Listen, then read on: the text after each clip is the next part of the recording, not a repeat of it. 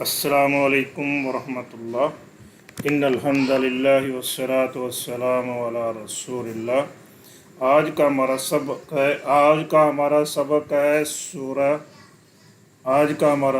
ہے سورہ طٰہٰ کی آیت نمبر 6 سے 8 تک کا ترجمہ۔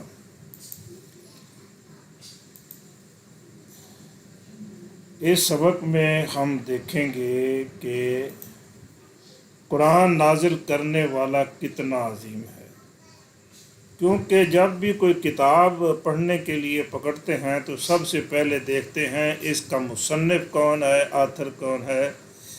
جس قدر مصنف آتھر عظیم ہوگا اس قدر اس کتاب کی اہمیت بھی زیادہ ہوگی۔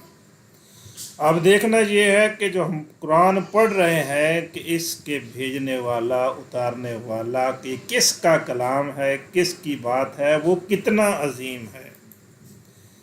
دوسری بات، اس کی قوت سماعت کتنی ہے، کس قدر اس کی سننے کی طاقت ہے، اور اس کی کیا خوبیاں ہیں۔ جس نے ہمیں یہ کتاب دی ہے اس کی اور کیا کیا خوبیاں ہیں۔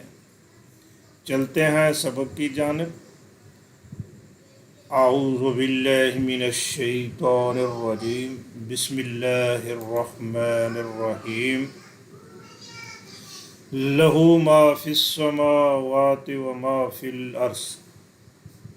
اس سے پچھلی آیت میں ہم پڑھ چکے کہ اللہ تبارک و تعالیٰ ارشاد فرماتے ہیں، تنزیل ممن خلق الارض والسماوات العلی۔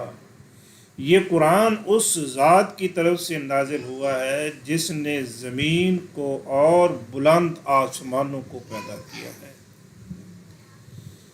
اب اس آیت میں اس بات کا تذکرہ ہے کہ اس نے زمین و آسمان کو پیدا ہی نہیں کیا، بلکہ زمین و آسمان کی ہر چیز کا مالک وہ ہے۔ لہو، لا لیے، ہو اس کے، لہو اس کے لیے ہے، اس کا ہے، ما جو، فی السماوات فی میں، السماوات آسمانوں میں ہے، وما اور جو، فی الارض زمین میں ہے۔ لہو ما فی السماوات وما فی الارض، اسی کا ہے جو آسمانوں اور زمین میں ہے۔ وما بینہما وما تحت الثری، وما اور جو، بین درمیان، ہما ان دونوں کے، زمین اور آسمان کے درمیان جو کچھ ہے وہ بھی اسی کا ہے۔ وما اور جو، تحت نیچے، الثری، ثرا کہتے ہیں گیلی مٹی کو، اور جو گیلی مٹی کے نیچے ہے یعنی زمین کے بھی نیچے ہے۔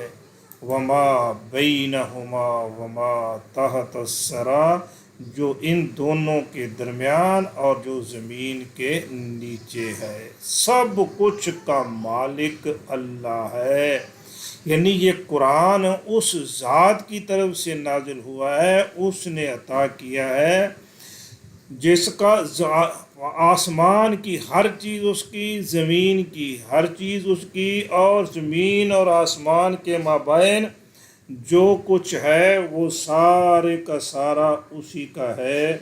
وہ ہے، اس ذات نے یہ قرآن نازل فرمایا ہے۔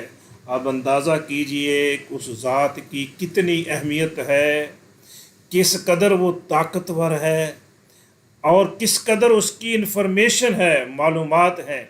جس قدر کسی کی زیادہ معلومات ہوتی ہیں اسی قدر اس کی کتاب کی اہمیت بھی زیادہ ہوتی ہے۔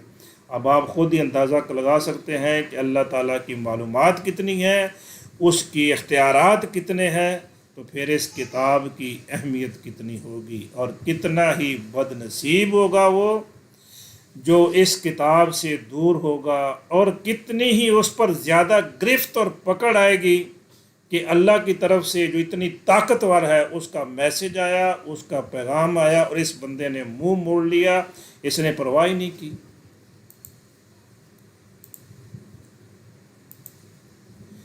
وَإِن تَجْهَرْ بِالْقَوْلِ فَإِنَّهُ يَعْلَمُ السِّرَّ وَأَخْفَى۔ وہ کتنی گہرائی تک سنتا ہے. ہاں جی، وہ اتنا طاقتور جو ہے، جس کے پاس اتنا مال ہو، اتنی دولت ہو، ہاں جی، ذرے ذرے کا وہ مالک کو دل کرتا ہے نا بھی اس سے کچھ مانگ لیں. ہیں؟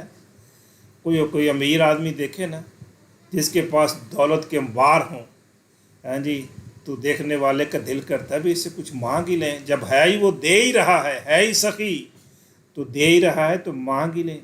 اللہ کے پاس بہت کچھ ہے، اور پھر وہ عطا کرتا ہے. وہ سخی ہے، وہ غنی ہے. وہ پھر اس سے کچھ مانگ لیں. کیسے مانگیں؟ اب وہ عرش پر اسے پہلی آیت میں ہم پڑھ چکے ہیں، علی العرش استویٰ، کہ وہ عرش پر جلوہ گر ہے. جو عرش پر ہے اس سے مانگنا کیسے ہے؟ کتنی بلند آواز سے، کتنا اونچا میں بولوں کہ وہ سن لے. وَإِن تَجْهَرْ بِالْقَوْلِ فَإِنَّهُ يَعْلَمُ السِّرَّ وَأَخْفَى. تو چاہے اونچا بول، وہ تو مخفی چیزوں کو، مخفی سے بھی زیادہ مخفی چیزوں کو وہ جانتا ہے.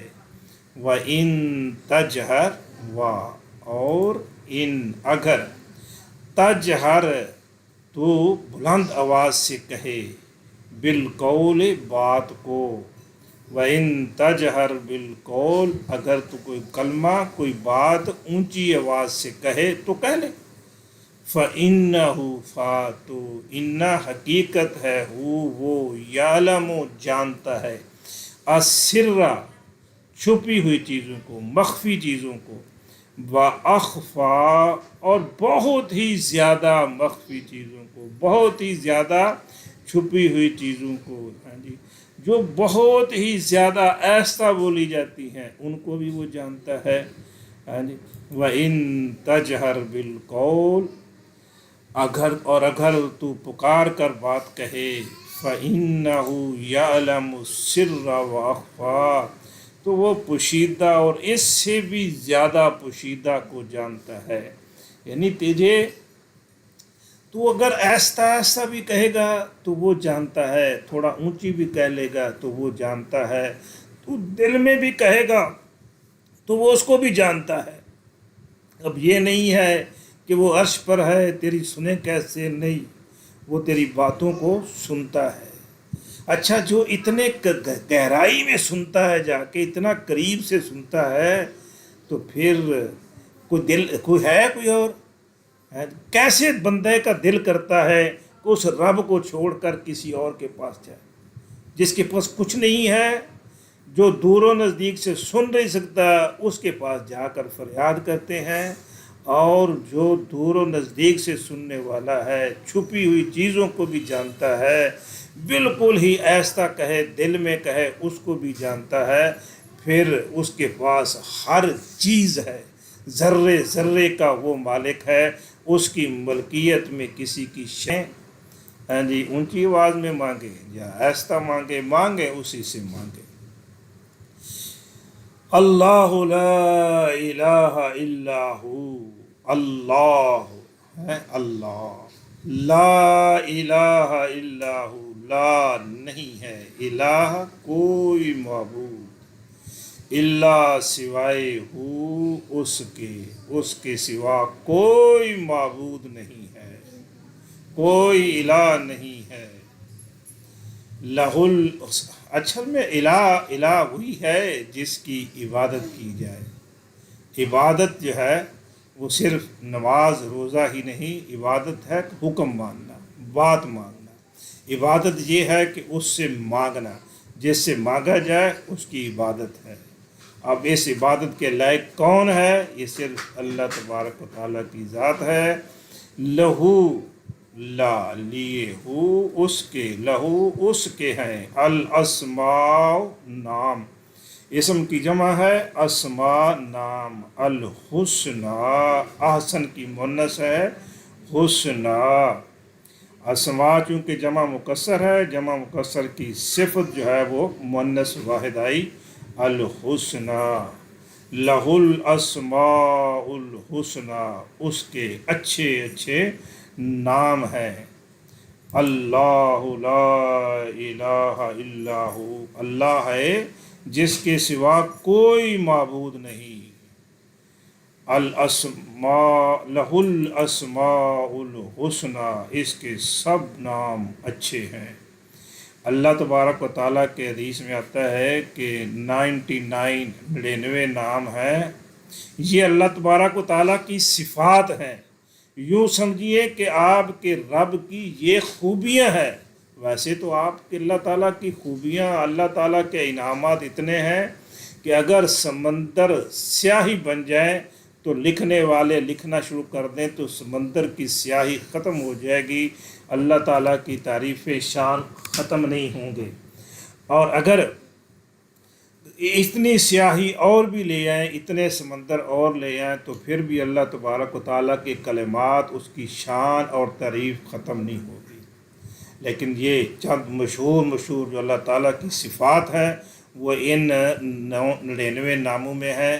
تو جب بندہ ان ناموں کو پڑھے نا، دیکھے کہ ہاں میرے رب میں یہ بھی خوبی ہے، میرا رب رحمان بھی ہے، رحیم بھی ہے، کریم بھی ہے، وہ رزاق بھی ہے، وہ ستار بھی ہے، وہ جبار بھی ہے، وہ قہار بھی ہے۔ ہاں جی، کتنی صفات ہیں اللہ تبارک و تعالیٰ کی۔ وہ شافی بھی ہے، وہ فتاح بھی ہے، ہاں جی، وہ ظاہر بھی ہے، وہ باطن بھی، کتنی خوبیاں ہیں۔ تو بندہ حیران ہو جاتا ہے، میرے رب کے اتنے کمالات، اتنے کمالات۔ اب اتنے کمالات والے رب کو چھوڑ کر پھر کوئی دائیں بائیں جائے گا؟ اسی لیے حدیث میں ہے کہ نبی کریم صلی اللہ علیہ وسلم نے فرمایا کہ جو اللہ تبارک و تعالیٰ کے یہ 99 نام یاد کرے گا، اللہ تبارک و تعالیٰ اس کو جنت میں داخل کرے گا۔ میں نے غور کیا کہ اس کو ناموں کو یاد کرنے سے جنت کیسے ہو گئی؟ بھئی جب وہ ناموں کو یاد کرے گا تو دیکھے گا، لسٹ دیکھے گا، میرے رب کی اتنی صفات، یہ خوبیاں، یہ خوبیاں، یہ خوبیاں، یہ خوبیاں، اتنا میرا خوبیاں رکھنے والا میرا رب، تو اس رب کو چھوڑ کے پھر کہیں اور تو نہیں نہ جائے گا، یقیناً نہیں جائے گا۔ جب جائے گا نہیں تو اللہ تبارک و تعالیٰ اس کو جنت عطا کرے گا۔ قرآن مجید کی ایک آیت ہے نا، للہ الاسماء الحسنی، اللہ کے بہت اچھے اچھے نام ہیں، فدعوا بہا، ان ناموں سے اللہ تبارک و تعالیٰ کو پکاریں، ان ناموں سے اپنے رب سے مانگیں۔ رحم چاہیے کہے یا رحمان یا رحیم، معافی چاہیے یا غفار یا غفور، رزق چاہیے یا رزاق، شفا چاہیے یا شافی۔ اب جو چاہیے اس نام سے اپنے رب کو پکارنا شروع کر دیں۔ ہمارا ایک ملنے والا ہے، سادہ سا درویشہ آدمی ہے، وہ گھی فروخت کرتا ہے موٹر سائیکل پر۔ تو اس نے مجھے بتایا کہ یہ لاہور کی جو بند روڈ ہے نا، کہتا میں اس روڈ پر جا رہا تھا تو مجھے کچھ 3-4 لڑکوں نے روک لیا، مجھے کہنے لگے مولوی کٹ تیرے کول جو کچھ ہے۔ میں نے کہا شاید یہ مذاق کر رہے ہیں، تو میں نے کہا بھی میرے پاس کیا ہے دینے کے لیے؟ تو میں ان کی طرف دیکھ کر ہنس رہا ہوں کہ یہ کیا کہہ رہے ہیں۔ وہ مجھے ڈانٹ رہے ہیں کہ نکال نکال۔ اب میں پریشان ہو گیا، بھی کیا کروں؟ مجھے کوئی بات سمجھ نہ آئے، میں کیا کروں؟ مجھے اللہ تعالیٰ کا نام یاد آیا، السلام ہے، میں نے یہ پڑھنا شروع کر دیا، یا سلام ہو یا سلام ہو یا سلام ہے، اے سلامتی والے، اے امن والے۔ میں کہتا یہی پڑھنا شروع کر دیا، پڑھتا رہا۔ تھوڑی دیر ہوئی، اس کے کچھ ساتھی پیچھے کھڑے تھے، انہوں نے آواز دی، ادھر آ ادھر آ، تینوں مولوی کو کی لبنا ہے۔ وہ واپس چلے گئے، میرے رب نے مجھے بچا لیا۔ اور اللہ تعالیٰ کے جتنے یہ نام ہیں نا، ان ناموں سے اپنی حاجات، اپنی فریادیں اپنے رب کے سامنے کیا کریں۔ اللہ وہ ہے کہ لا الہ الا ہو، جس کے سوا کوئی معبود نہیں، لہ الاسماء الحسنی، اس کے سب نام اچھے ہیں، اچھے اچھے نام ہیں میرے رب کے۔ اس سبق میں ہمارے لیے کیا پیغام ہے کہ زمین آسمان میں اللہ کے ساتھ کسی کی شراکت نہیں، سب کچھ اللہ تبارک و تعالیٰ کا ہے۔ جب سب کچھ اللہ تعالیٰ کا ہے تو پھر اللہ سے ہی مانگیے، کسی اور سے نہ مانگیے۔ وہ اتنی باریک سی آواز بھی سن لیتا ہے کہ خفیہ سے خفیہ بھی بات کی جائے تو وہ سن لیتا ہے۔ اللہ تعالیٰ کے نام یاد کیے جائیں اور ان ناموں سے دعا مانگی جائے۔ تھوڑے تھوڑے کر کے نا، 5 کر کے، 2 4 کر کے ان کو یاد کیا جائے، کوشش کی جائے یاد کرنے کی۔ مشکل نہیں ہے، اکثر تو آتے ہی ہوں گے، لیکن تھوڑا سا ترتیب سے یاد ہو جائے تو انشاءاللہ اللہ تبارک و تعالیٰ جنت بھی عطا کر دے گا، اور یہ بھی جان کے خوشی ہوگی آپ کو کہ میرے رب کی کتنی ہی صفات ہیں، کیا ہی کمالات کا میرا رب ہے۔ اللہ تبارک و تعالیٰ ہمیں قرآن مجید کو پڑھنے، سمجھنے اور اس پر عمل کرنے کی توفیق عطا فرمائے۔